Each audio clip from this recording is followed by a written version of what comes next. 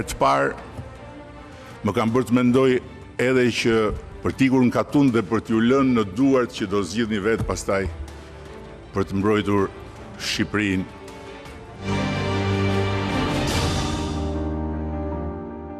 Miqtë Top Channel, mirë dita, mirë se vini në Shqipëria Live, do t'jemi së bashku në 2 orët në vijim, ku po, do t'flasim për 2 nga ngjarjet më të komentuara kudo në çdo rrjet social të mundshëm të çdo shqiptari, atë që pritet të ndodhë në QSUT me terapinë hormonale dhe po ashtu me zvërnecin. Kryeministri Edi Rama sot ka mbajtur një konferencë të gjatë duke sqaruar gjithçka sa i takon një projekti që pritet të dorëzohet, paktën kështu tha ai, kur drejtoi vetë pyetjen retorike, nëse do më thoni pse s'kam folur më parë për këtë çështje. Por po ashtu do të flasim edhe për situatën që ndodhi në Zvërnec, për plasjen mes protestuesve dhe kompanisë së sigurimit, çfarë ndodhi me atë protestues që u tërhoq me forcë, masat që mori policia e Vlorës që u konsideruan të gabuara nga drejtoria e përgjithshme e policisë, e më pas reagimi i menjëhershëm.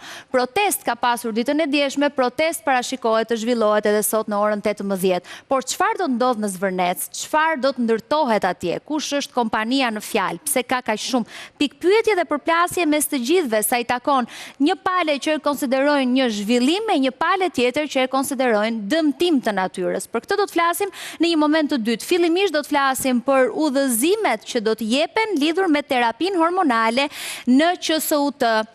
Edhe kjo ka pasur një mori pikpyetjesh lidhur me mënyrën se pse shteti shqiptar ka vendosur ta çojë drejt miratimit diçka të tillë. Un kam në studio në këto çaste Elena Kocaqin dhe Dom Mark Pashka. Faleminderit shumë të dyve për kohën tuaj. Mirëdita. Dhe kam në një lidhje direkte zëvendës ministren e Shëndetësisë, zonjën Eugena Tomini. Zonja Tomini, mirëdita dhe faleminderit për kohën tuaj.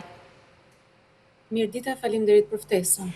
Zonja Tomini, kam shumë pyetje, realisht do përpiqem t'i përmbledh ato sepse e di që dhe ju e keni agjendën e ngarkuar, ndaj fillimisht dua të di dhe jam shumë kurioze, çfarë është udhëzuesi për terapinë hormonale? Kush e ka hartuar këtë dokument dhe a funksionon në vende të tjera të Bashkimit Evropian? Sidorela, faleminderit. Pa diskutim që udhëzuesi është një dokument orientues për personelin shëndetësor dhe sigurisht që profesionistët shëndetësor në kuadrin e zhvillimit, qoftë edhe të kërkimit shkencor, qoftë edhe në obligimet që ata kanë për sa i përket pozicionit në drejtim të hartimit të udhëzuesve, protokolleve, planeve të veprimit, kontributit për strategjitë shëndetësore, sigurisht është një ndër to edhe ky udhëzues. Absolutisht që është një udhëzues që është mbi parime dhe procedura të sakta rekomanduese në drejtim të vlerësimit dhe të këshillimit të individëve sipas grup targetit. Ai në fund të fundit synon që të bëjë një qasje korrekte për të siguruar cilësinë për ata individ që shkojnë pranë shërbimit të endokrinologjisë në qendrën spitalore universitare, e vetmja referencë në të gjithë në nivel kombëtar, në drejtim të rekomandimeve të mundshme që mund të jenë për trajtimin hormonal. Por e themi dhe ritheksoj edhe në daljet e mia të tjera në televizion, është udhëzues dhe udhëzon, rekomandon duke u mbështetur në kërkimet shkencore ndërkombëtare. Po, zonja Tomini, si ndahet një person që e merr këtë terapi nga një person që nuk e merr? Si bëhet përcaktimi? Atëre, duhet të vijoj pyetjen e dytë që thatë se nga është hartuar dokumenti është hartuar nga një grup multidisiplinar, sigurisht i hartuar me një grup pune në Ministrinë e Shëndetësisë për kontributi thelbësor, ashtu si kundër edhe udhëzimi e ka të përfshirë, është profesor i nderuar i shefi shërbimit të endokrinologjisë dhe doktoresha që është pjesë e grupit punës që kanë referuar kërkimet shkencore me të dhënat e evidentuara jo të shkencës shqiptare, po të shkencës ndërkombëtare. Si ndahet një individ nëse është për trajtim apo nuk është për trajtim, pa diskutim që eksponentët apo ekspertët multidisiplinar që nga trajtimi psikomotor apo evidentimi i çrregullimeve psikiatrike apo çrregullimit mendor, një ekspert psikosocial, ekspert të klinikës, pra që evidentojnë çdo element të organizmit, çdo sistem të organizmit, sigurisht ky grup multidisiplinar parashikohet, sepse udhëzimi jep vetëm rekomandim, nuk jep taksativitet, pra nuk është obligativ. Udhëzimi jep vetëm rekomandim Dhe një element tjetër i rëndësishëm është që nuk ka asnjë kosto të evidentuar deri në këto momente në lidhje me trajtimin e terapisë hormonale që ndiqet edhe nga ekzaminime të tjera sistemike të gjithë organizmit. Pra nuk ka një kosto, jo vetëm për buxhetin e shtetit, nuk ka një kosto për trajtimin sado minimal që duhet jetë në drejtim të shifrave apo të kush i mbulon këto shpenzime? Pse është kaq falas? Jo, ju lutem, nuk është falas. Që ta kuptoj. Ju lutem. Atëre, që saksomi, pra ndaj them që nuk është evidentuar asnjë element në drejtim të kostove. Pra, nuk është përcaktuar ende një kosto. Dhe kush do ta mbaj koston? Do ta mbaj shteti apo do ta mbaj individi që e kërkon? Janë disa elementë të tjera administrativ, klinik, por edhe menaxherial në drejtim të kalimit të këtij udhëzuesi në një protokoll të mirëfillt për zbatimin e tij. Udhëzuesi nuk është obligues. Udhëzuesi shfaq rekomandime për të standardizuar një mekanizëm, siç është mekanizmi i rekomandimit për të marrë rekomandimin e duhur të klinikës, pra të ekspertit të duhur për terapinë hormonale. Të mos bëjmë copy-paste apo të kopjoj një individ tjetër në drejtim të marrjes së kësaj terapie, por të jetë një terapie personalizuar në këshillimin dhe administrimin mjekësor dhe absolutisht për të marrë në mënyrë informale, siç ndoshta mund të bëhet në rutinë. Por absolutisht, udhëzimi mekanizmën edhe në kuadër të direktivave të Bashkimit Evropian, të gjithë akteve të cilat këtë dua t'ju pyes. Ja, vetëm një moment, këtë dua t'ju pyes. A është ky një kusht i Bashkimit Evropian? Absolutisht që një ndër aktet ose një ndër direktivat për të kaluar në Bashkimin Evropian janë dhe siguria e pacientëve. Çdo individ duhet të ketë mbështetje shëndetësore. Pra dhe terapia hormonale është e përfshirë në rrugën tonë drejt Bashkimit Evropian. Duhet bërë. Dhe terapia hormonale dhe çdo mbrojtje e individit në bazë të drejtave të njeriut ka të drejtën që çdo individ të marrë shërbimin e duhur në mënyrë të sigurt kundrejt çdo alternative të mundshme që i shfaqet përpara. Pra sistemi shëndetësor nuk ka ngjyra. Sistemi shëndetësor nuk njeh bindje dhe nuk njeh gjini. A ka mosh ky trajtim? Udhëzimin. Po pa diskutim që ka mosh. Mosha është mbi 18 vjeç. Jo, nuk është mbi 18, aty keni të theksuar 14 deri në 16, nuk është mbi 18. Ju lutem. Sipas udhëzimit. Hyrja në udhëzim reflekton kërkime shkencore ndërkombëtare. Nën 14 vjeç nuk ka baza shkencore ndërkombëtare. Legjislacioni shëndetësor, legjislacioni kodi në Republikën e Shqipërisë, kushtetuta në Republikën e Shqipërisë reflekton moshën mbi 18 vjeç. Sistemi shëndetësor ecën paralelisht me legjislacionin shqiptar, nuk ecën me rekomandimet ndërkombëtare në varësi të moshës se kur është adult një individ në Francë, në Angli apo kudo tjetër. Zonjë, këtu tek udhëzimi juaj e keni 14 deri në 16 vjeç të specifikume. 14 deri në 16 vjeç. 14 deri në 16 vjeç flitet për ato vende të cilat kërkimi shkencor ju a theksova që në fillim. Vendet po flasin për Shqipërinë. Nuk ka kërkim shkencor para drejtave të fëmijëve. Me radhë, po. Sepse drejtat e fëmijëve janë të mbrojtura me ligj ndërkombëtar, me kushtetut, me ligj, me kod penal, dhe deri në moshën 18 vjeç nuk mund të marrësh disa vendime për fëmijët, të cilat shkelin të drejtat e tyre si fëmijë se janë minoren. Ata nuk marrin vendime politike, ata nuk martohen, ata nuk kanë të drejtë të votojnë, atëherë dhe s'mund të marrin vendime shumë të rëndësishme për jetën e tyre. Jam plotësisht dakord të nderuar. Si kundër është thënë edhe në udhëzues, ka një flet konsenti, dhe jo flet konsenti prindëror, por flet konsenti individual. Një individ nën 18 vjeç nuk mund t'japi një konsent pa konsentin e prindit. Dhe ndërkohë, ky udhëzues ka konsent individual që do të thotë që është adult mbi 18 vjeç. Po pse shkruan 14 deri në 16 vjeç këtu? Këtë nuk arrit ta kuptoj. I referohet vetëm kërkimeve shkencore i nderuar. Absolutisht për zbatim, unë ritheksoj. Udhëzimi është vetëm orientues, rekomandues për strukturën e shërbimit të endokrinologjisë. Pra, për drenimin e rekomandimit, nëse unë jam ke familjes, apo jam një gjendje shëndetësore. Jeni duke thënë që fëmijët i marrin nga 14 deri në 16 vjeç, i përgatisim, fillojmë dhe injektojmë mendimin se mund të jenë ajo çka nuk është, dhe pastaj ju aplikojmë një terapi e cila në fakt ka anotsen sepse nuk do të quhet terapi, sepse terapia aplikohet për persona që kanë një nevojë të caktuar ose kanë një çrregullim. Ndërsa këtu po flasim për spektrin psikologjik edhe shpirtëror që nuk është fare në tagrin e asnjë institucioni që të bahet, sepse një 14 vjeç, një 16 vjeç, një adoleshent që ka lohatje të ndryshme hormonale dhe pa siguri të shumta, jo e merrni dhe e vendosni duke kanalizuar në një vendim i cili do të jetë fatal dhe katastrofik për të ardhmen në jetën e tij. Ja ta dëgjojmë çfarë është udhëzimi nga 14 vjeç. Të nderuar, udhëzimi në brendësi ka dhe efektet anësore të terapisë hormonale. Nëse do të ishte se do të kryenim atë që ju thoni, injektimin në thonjë që është absurde të artikulohet nga njerëz të cilët janë intelektual të nderuar dhe absolutisht që reflektojnë politikat shëndetësore, ju lutem, edhe unë jam nën fëmijëve. Eksakt, prandaj. Unë jam nën e 2 fëmijëve dhe njërin prej fëmijëve e kam 10 vjeç.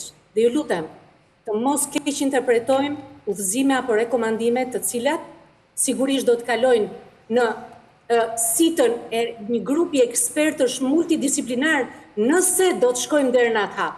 Zonjë e nderuar, një pyetje shumë e thjeshtë. Pse shkruan në udhëzim 14 deri në 16 vjeç?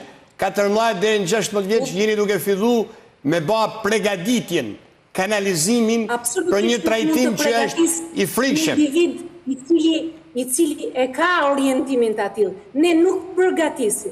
Ne nuk hym as në krijimin e si përcaktoni ju 14 vjeç, 16 vjeç orientimin që ka dikush. Kjo është nuk përgatisim ne orientimin e askujt. Nuk përgatisim dhe nuk orientojmë as nga koncepcioni i familjes dhe as drejtimin e dikujt drejt një profilit caktuar. Japim vetëm rekomandime dhe rekomandimet kanë dalë jo nga një individi vetëm, po nga një grup multidisciplinar, ka qenë i profilizuar, nga ekspertë të cilët monitorojnë dhe vlerësojnë dhënien e hormoneve edhe për sëmundje të tjera. Pra e kanë tagrin dhe obligimin profesional. Një sekond. Japin rekomandime. Tu nuk bëhet fjalë për sëmundje.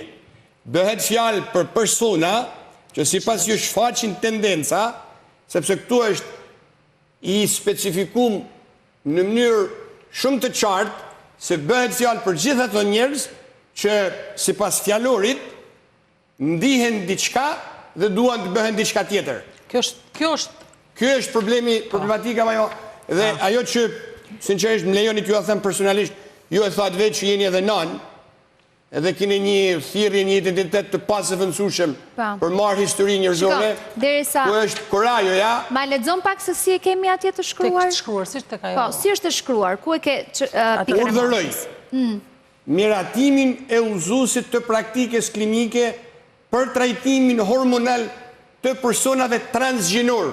Do të thotë këtu, pika e parë që ju keni firmos, nuk thotë të personave që kanë një sëmundje tjetër, apo që vujnë nga diçka dhe të duhet të trajtohen nga pikpamja hormonale. Çfarë kupton ti nga i udhëzues? Që po të shkosh në QSUT dhe je në moshën 14, 15, 16 vjeç, me këtë udhëzues ti mund të marrësh terapi. Se ti nuk dihesh mirë. Pastaj grupi edhe diçka tjetër, grupi ekspertëve. Se kjo me këtë fjalën ekspert. Kush përbëhet, si përbëhet, kush janë, po. Po si do të dinë grupi ekspertëve përballë një personi 16, po dhe 18 vjeç, po dhe 20 vjeç. Po dhe 18 më nuk e aq. Absolutisht. Nëse është, si është kjo grupi ekspertëve të vlerësojë se ky do duhet bëj. Tu nuk bëhet fjalë për me bëj një tatuazh që pas një viti do mund të hiqet. Tu bëhet fjalë për realisht për shkatru jetën e një personi.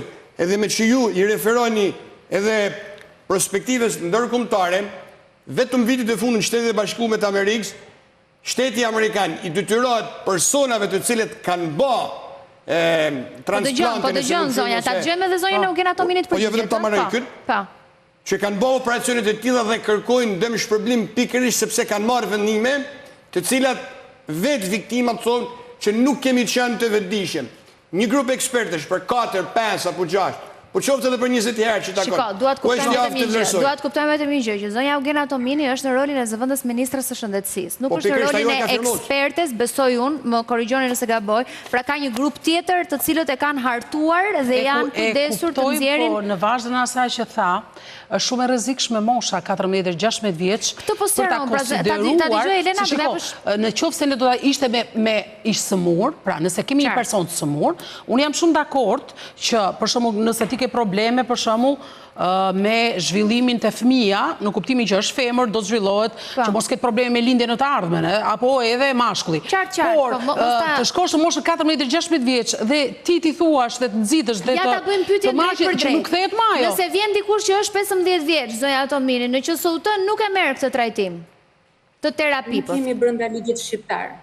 Pra, këtë po përpiqet të shpjegoj. Dhe një pyetje kam e nderuar. Në momentin që këto, po themi sikur, po presupozojmë se e kryjnë operacionet, terapin dhe përfundojnë. Ju lutem, një saktësim, nderuar, një saktësim. Nuk flasim për ndërhyrje kirurgjikale. Po, terapi hormonale. Një sekond, sepse që i paraprit në ndërhyrjes kirurgjikale. Terapia hormonale i paraprit. Është para kirurgjikales. Ju lutem. Jemi akoma shumë ende herët. Të bëjmë një terapi. Një sekond, pastaj u presim. Një sekond, se këtu jemi në kuadrin e dhënies së një rekomandimi i cili i jepet klinikës së shërbimit të endokrinologjisë pranë qendrës spitalore universitare për të vendosur një mekanizëm të qartë dhe korrekt nëse këta individ apo popullate a ka nevojë të marrë një rekomandim, zyrtarizojmë procesin që këtë informacion të marri pranë shërbimit të endokrinologjisë. Nuk bëhet fjalë, e nderuar, nuk bëhet fjalë për informacion, bëhet fjalë për terapi. Është urdhër hormonale tek ata individ të cilët gjykojnë që kanë një drejtim apo një profil tjetër, dhe ndërkohë të nuk mund të gjykojnë një fëmijë 14 vjeç, ky është problemi. As prindi i tij nuk mund vendosi për gjinin e tij, ky është problemi. Më kupton, as ai vetë nuk mund të vendosi, as prindrit e tij në këtë rast. Individ madhor që të marrë këtë trajtim, sigurisht që do të kaloj, nëse do të aplikohet. Nuk po flasim për madhorët, flasim për të miturit. Rekomandues, a përjashtohet çdo individ 9-18 vjeç. O zonjë, lutem, e kam përmendur që në kryet e erës, udhëzimi reflekton kërkime shkencore ndërkombëtare dhe jo të territorit shqiptar dhe jo të ekspertëve shqiptar. Ndërkohë, po çfarë do thotë se është ekspert ndërkombëtar? Kjo nuk është justifikim fare. Ja, me radhë. Ekspert ndërkombëtar. Do marrim një serial killer, ta sjellim në Shqipëri dhe duhet ta falim nga që është ndërkombëtar. Ju lutem, rekomandimet janë ndërkombëtare të shoqatës botërore të endokrinologjisë. Janë për përcaktimin e terapisë hormonale për individët të cilët janë futur në vlerësime shkencore sipas reflektimeve që ata kanë nderuar, unë nuk po them, nuk po lutem. akuzoj cilësisht nëse terapia që do të bëhet është cilësore o jo cilësore. Unë po them, subjektet që do të jenë të trajtuar nga kjo terapi që ju e propagandoni si të suksesshme, do të thotë ka thellësisht probleme, sepse ju filloni me fëmijë, ta them unë pse. Filloni me fëmijë nga mosha 14 deri në 16 vjeç, një pyetje kam. A do kishit besim ju personalisht? Jo, pra thot, jo. Po jo, ajo e përmendi që në fillim dhe tha unë kam fëmijë vet. Nuk doni të dëgjoni atë që unë jam duke artikuluar. Do flasim me radhë. Po jo, më zonjë të gjëva, po ka në sens në artikulimin tanë. Se ti më thu, është rekomandus, edhe këto e ke urdhër, nuk është rekomandus, është urdhër. E zeza midbar. Urdhri është për të ndjekur dhe për të parë rekomandimet e për trajtimin hormonal të personave transgjinor. Ju a kujtoj e keni firmos vetë, pika 1. Elementve shëndetësore. Pika 1. Nëse ju nuk doni të dëgjoni atë që unë jam duke ju thënë nderuar pastor. Po s'pa thua asgjë nderuar, po thu diçka që është në kundërshtim me atë që ju keni firmos. Tu është urdhër, thot për të... Jam në kundërshtim të asaj që jam duke që kam firmosur. Po sepse ti po më thu... Rekomandimet ndërkombëtare. rekomandime ndërkombëtare të cilat provuar nga grupi i punës, nga një agjensia akreditimi dhe cilësisë së udhëzuesve.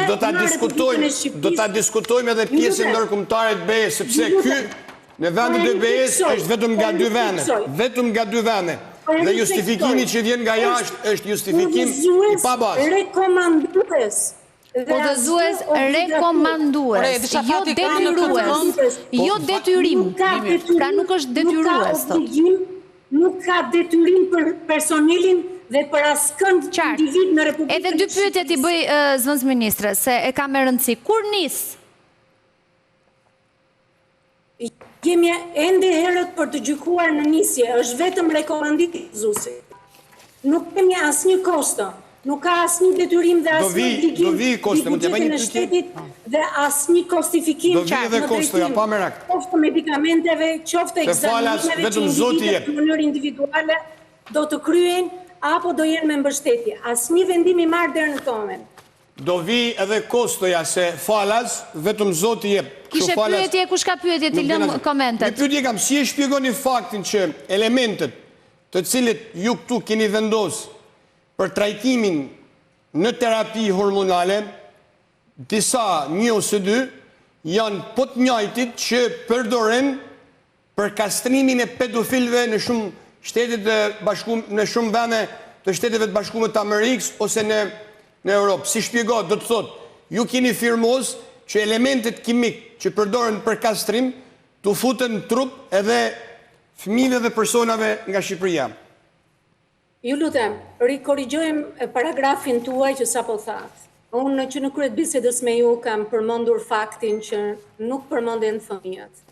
Në drejtim të ekspertizës së elementeve hormonal është ekspertiza e ekspertëve të nderuar me 30-40 vite karrierë në sistemin shëndetësor publik, të cilët monitorojnë hormoneve, efektet e tyre dhe sigurisht efektet që do të pësojnë te individi. Pa diskutim që dhënia, nëse do të vendoset, nëse do të kemi një protokoll apo jo në drejtim të dhënies së terapisë hormonale, nëse do të kemi individ të interesuar në dhënien e kësaj që shtrohen një kontroll jo vetëm multisistemik, po edhe mendor, psikologjik, dhe pa diskutim që do të marrim konsentin e tyre individual. Flas për të gjithë adultët, dhe absolutisht për moshën fëminore. Faleminderit shumë. Po, e fundit para se ta mbyllim jo, e fundit që duhet ta përcjellë edhe zot ministra. Po, mund të ketë arsye bindëse për të filluar trajtimin e hormoneve seksuale para moshës 16 vjeç, megjithëse ka përvojë minimale të publikuar thot për trajtimin edhe në moshën 14 vjeç. Po pra po tha është udhëzues, nuk është detyrues. Po një pyetje udhëzuesin, a keni pas dur me shkruaj ju? Se nuk shkruhet. Nderuar. Ta sqaroj, po.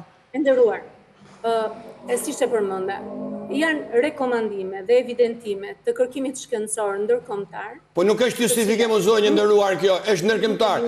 Edhe Hitleri ato ekspertët një moment, me radhë.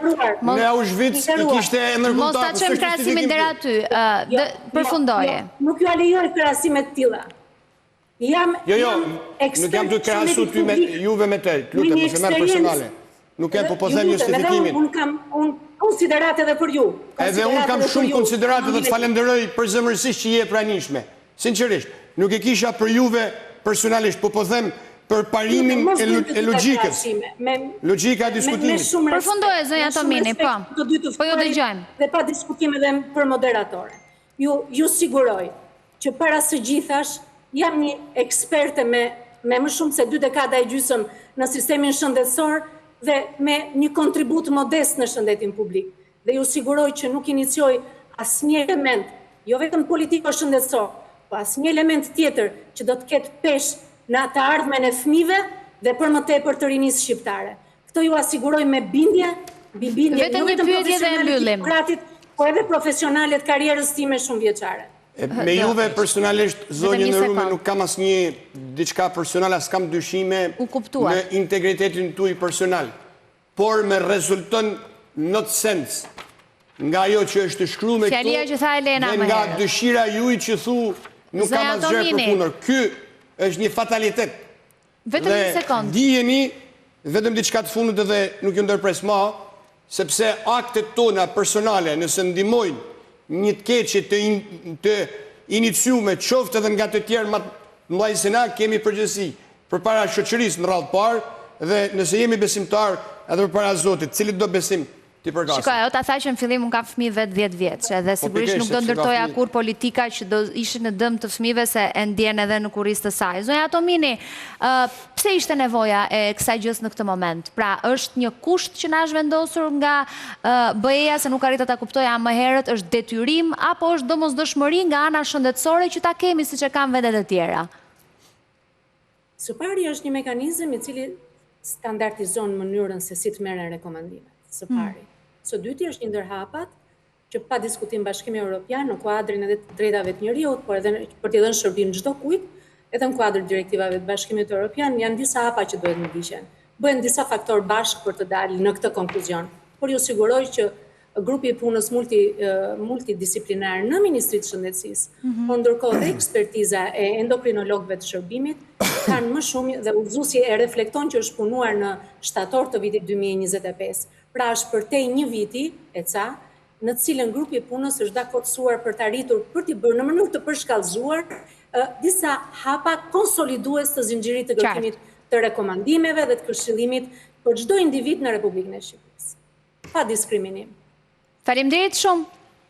Zonja Tomini, ju përshëndes. Shumë faleminderit për sqarimin. Nëse e di që është pak e vështirë se është temë delikate, njerëzit preken në momentin e parë dhe kanë të drejtë se bëhet fjalë për fëmijët edhe për gatishmërinë tuaj për të shfaqur. Tani unë di një sekond, nuk është kush i besë. Ke thënë ti. Absolutisht, as se duam në momentin që mund të marrim masa të tilla ekstreme. Tani të themi edhe një gjë tjetër. Ne më shumë prekupohemi për të tilla gjëra kur në fakt duhet prekupoheshin që shumë fëmijë nuk marrin dot një terapi mjekimi kur janë të smur dhe rrezikohet jeta. Dhe ju keni parë që dalin nëpër rrjetet sociale dhe kërkojnë prindit ndihmë për të shpëtuar jetën dhe ministria nuk është kurrë aty për t'i ndihmuar dhe për të shpëtuar jetën. Por pas ka fonde, pas ka resursa humane, deri tani s'kemi shpenzuar. Jo, nuk ka shpenzuar, do shpenzojnë në të ardhmen, me qëllim që nga ana psikologjike të marrë këto fëmijë që nuk e ndjekan veten mirë, pa ai fëmia është rritje moshën e pubertit dhe të adoleshencës, se ka një ndryshim shumë të madh se ne kemi fëmijë vet, të cilat një prind me shumë kujdes e orienton fëmijën e tjerë. Tani si mund të marrësh vendime për fëmijën, për terapi që janë shumë të rrezikshme dhe për substancat që përdoren brenda, si për jetën e tij dhe nuk kthehen më. Pra nuk janë disa gjëra që ti në jetë mund t'i korrigjosh, janë të përjetshme. Atëherë unë mendoj se ne në vend të merremi të bëjmë terapi grave që duan të lindin fëmijë, në vend që të harxojmë para për terapi për burrat që duan të lindin fëmijë dhe nuk kanë mundësi, në vend që të harxojmë para për ngjizjet in vitro edhe për të tërë këto që s'kanë mundësi dhe të heqë shteti këto të rrisim lindshmërinë, sepse jemi një vend që është ulur lindshmëria, emigracioni etj dhe po rrezikojmë, zhdukemi si kom, ne pas kemi mendjen për t'u marrë me gjëra që janë jo vetëm shkelje drejtave të fëmijëve në këtë rast, shkelje drejtave të njerëzit, po shkelje të gjithave konventave për të drejtat e fëmijëve, kushtetutës, kodit penal të Republikës së Shqipërisë etj. Pra, unë mendoj se, në qoftë se do të tentohet dhe të vazhdohet me këtë situatë, unë po i them që ata të cilët kanë dhënë urdhër dhe ata të cilët mund të zbatojnë terapi të tilla, mund shkojnë deri në ndjekje penale. Në rast se ti, Elena, nuk mendon që këtu është një kusht i Bashkimit Evropian i vendosur, cili është grupi i interesit që e ka këtë lloj ideje të hedhur? Për mua, përveç se interesave të mbrapshta anti-njeri, nuk mund të kesh interes tjetër. Grupi LGBT. Po, jo, nuk kam fare me ata. Mua më duket më shumë si sataniste kjo se sa si që ka lidhje, sepse ne respektojmë orientimin seksual të kujdo se kjo është punë për të, në momenti që janë të rritur, ata do t'i japin Zotit vetë llogari për veprimet që bëjnë. Me fëmijët absolutisht jo. Absolutisht jo. Sepse është në moshën 19 vjeç, ai nuk mund të marrë vendimarrje kaq të rëndësishme për jetën e tij. Pasandaj, në momentin që ti rrit fëmijën me një orientim të caktuar, pra ai është kështu dhe ti thua jo, po mua më duket se ti nuk je kështu dhe i fut fëmijës në kokë mendime të tilla, dhe pastaj t'ia shoqërosh atij me terapi, po normal që ti do të ndryshosh komplet orientimin e fëmijës dhe në një moment që ai do të piqet një do të mendoj çka ka bër, ti e ke shkatruar jetën, se jeta nuk është 20, është 30, 40, ai mund të rrojë edhe më shumë se kaq. Prandaj dua të them këtë gjë, që kjo, nga ana morale nga ana njerëzore, sepse ne në librin e jetës Zotit imi shkruar atje si do të lindim edhe me gjinin që kemi, por edhe nga ana humane, por edhe nga ana e ligjore, kjo është shkelje drejtave të njeriut dhe për mendimin tim nuk duhen pasur fare të hedhen diskutim. E thash edhe njërë, nuk ka të bëj fare me orientimin seksual të një të rrituri, i cili është pjekur seksualisht dhe është një moshë të caktuar, ne nuk i maskujt se qa bën me jetën e vetë personale, dakord? Por ne nuk mund në shoqërinë tonë të imponojmë pikërisht të shoqërisë një orientim të caktuar, sepse disa njerëz duan të ndihen ndryshe. Mos do të rrisë secili për veten e vet të ndihet si doj. Unë çfarë di s'kam të drejtë imponoj ty, sepse këtu ne jemi bërë një shoqëri që imponon, më kupton? Imponon disa mendime dhe vendime personale për t'i bërë ato pjesë shoqërisë. Ndërsa ty të respektojnë të drejtat e njeriut, je njëri madhor, nuk ka këtu vend për diskutim. Se s'po të diskriminon askush. Por që ti të marrësh dhe të futësh në terapi fëmijët me justifikime të tilla, ky është krim pastaj. Po, do Mark. Ka diçka që është në të sens në gjithë këtë diskutimin që bëjmë. Pyetja e parë që automatikisht vjen për të drejtuar në një situatë që ndodhemi nga vetë kultura juridike, një ligj kur vjen nga domosdoshmëria për vetë përcaktuar një kontekst të tillë. Unë nuk besoj personalisht se Shqipëria ka emergjencë për trajtimin e këtyre personave. Gjaja e parë. Gjaja e dytë. Ka diçka. Këtu ligji thotë që është ky udhëzim, falni, është formuluar në shtator të vitit 2025. Ligji për barazinë gjinore është miratuar në dhjetor të 2025, nëse s'gaboj. Dhe baza e këtij udhëzimit, nëse bëjmë një krahasim kronologjik, thotë që është ligji që është miratu më mrapa. Do të thotë këto përpara kanë përgatitur udhëzimin dhe pastaj kanë miratu ligjin. Nga pikpamja juridike si jurist është i palishëm. Edhe në këtë studio kemi qenë kur kemi debatuar shumë herë idenë e ligjit të famshëm për barazinë gjinore, që pikërisht aktivistët LGBTQ+ na akuzonin ne se nuk e kemi kuptuar dhe jemi kundër barazisë gjinore. Në fakt, me atë ligj i kanë hapësirë aplikimit të këtyre udhëzimeve, që edhe zëvendësministreja sot tha është vetëm udhëzim. Do të thotë, dal nga dal, futim, bajnë vendin dhe pastaj vendosin. Gjaja e dytë që është ekstremisht problematike. Tu flitet për injektime substancash që do t'i shoqërojnë gjatë gjithë jetës së tyre. Sepse ne gjithë e dim, kush i nënshtrohet një herë terapisë hormonale do të ketë gjithë jetën. Gjaja por, ne me taksat tona, si që tha dhe zonja, në një Shqipëri të shpopullume, që duhet bëjmë shmos që të stimulojmë jetën, lindshmërinë dhe që të kemi familje sa më numeroze, jemi duke apliku një ligj që me taksat tona po shkojmë drejt shkatrimit të fëmijëve dhe të ardhmës tonë. Dhe si duke ju garantu këtyre personave, po lemon është pjesët e spektrit e shumë sindromave që kanë fëmijë që nuk kurohen, por duke ju siguru këtyre personave një trajtim të përjetshëm. Si do të bëjmë ne për ato persona që nuk kanë mundësi, por një herë e marrin, kush do të atëherë pastaj çfarë ndodh për vjurshmërinë? Çfarë ndodh me to? Do t'i lajmë mes rrugës? Prandaj në një shoqëri. Më thatë më herët do Mark, se po dëgjoj me vëmendje teksa kishte debatin me zonjën Tomini, 2 vende e kanë. Kush janë? Nëse jam i sigurt për Spanjën dhe nuk i di dikush pra jo të gjitha. Absolutisht nuk e kanë të gjitha. Biles, Italia, Hungaria, Polonia, shumë vende janë deklaruar haptas kundër këtyre praktikave apo kundër operacione. Ne gjithë e dim që ka një turizëm në një farë mënyrë tranzigenorizmit, më falni, që aplikohet pikërisht sepse shumë vende, edhe brenda Bashkimit Evropian, nuk mund ta realizojnë këtë dhe shkojnë në vende që kanë hapësira legale. Dhe diçka të fundit përse për këtë saj. Justifikimi që vjen se kjo gjë është nga Bashkimi Evropian është një justifikim i cili nuk qëndron. Është gënjeshtër. E dëgjova këtë të bashkimit, prandaj dhe e pyeta drejt për drejt dhe sa është kusht, kështu që për ato që njohim Bashkimin Evropian, brenda Bashkimit Evropian deri në 2030 duhet ta bëjmë sa këtë. Ka një pluralitet qëndrimesh në raport me këtë gjë. Ka vende, 2-3 vende gjithmonë minorantë që e kanë, ka një pjesë të vendeve që nuk e kanë. Po sikur, unë po supozoj tani në këto momente, sikur dhe Bashkimi Evropian të na kërkoj. Në kushtetutën e formimit të parë që kanë qenë Schuman, De Gasperi dhe Adenauer që janë etrit themelues të Bashkimit Evropian, kur kanë kriju idenë kanë thënë që të gjithë popujt që futen brenda Bashkimit Evropian, pasurojnë Bashkimin Evropian dhe pasurohen nga Bashkimi Evropian. Nëse ka një realitet tradicional i vetmi që shoqëria shqiptare, populli shqiptar e ka ruajtur në shekuj, pavarësisht pushtuesve, pavarësisht diktaturave, ka qenë familja. Realiteti i familjes si diçka e shenjtë. Po nuk është bërë akoma pra zyrtare, nuk aplikohet deri në këtë moment dhe ka përshtypjen do duhet se kjo është testimi i opinionit publik.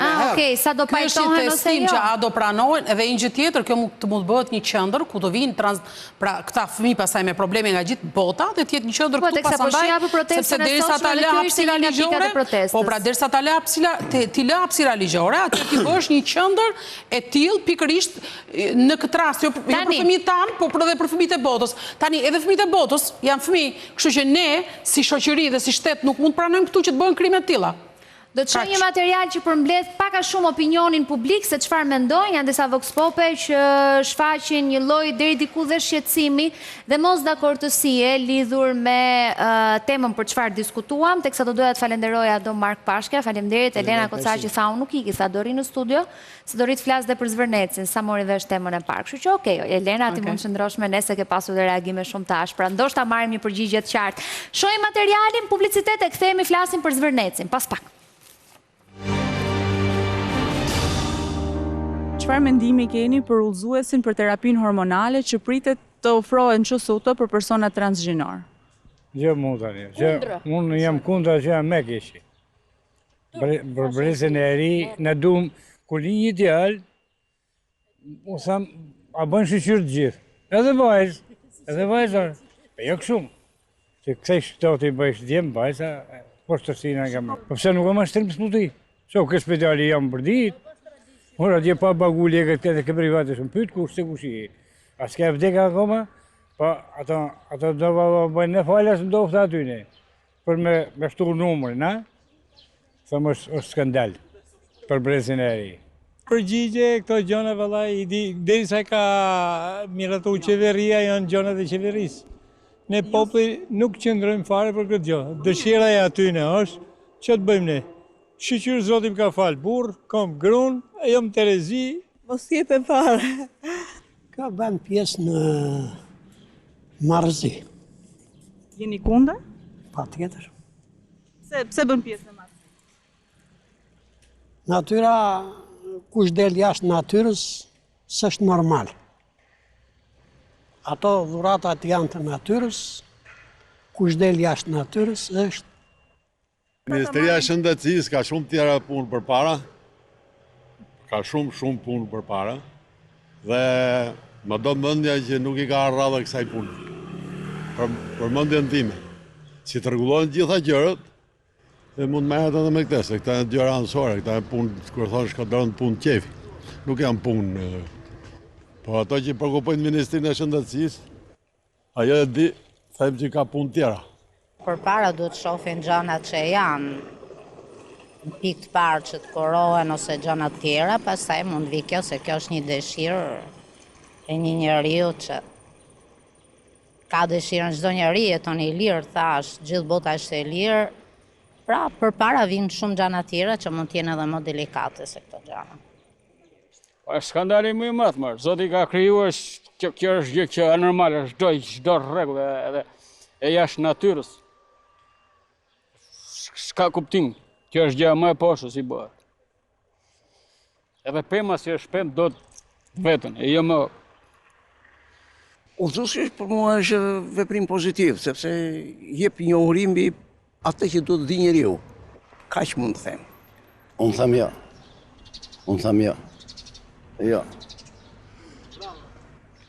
A di pse tham jo? S'po jo afrohet aty në me smunje, ajo falas nuk ato që kanë smunje të kancerit edhe smunje tjera. Kjo pse këtyre, fillimisht? Jo. Më mirë të nxjerrin në udhëzues për të smunje të tjera. Edhe për pensionistët. Në sipërfaqe të tokës nuk është e drejtë ky veprim.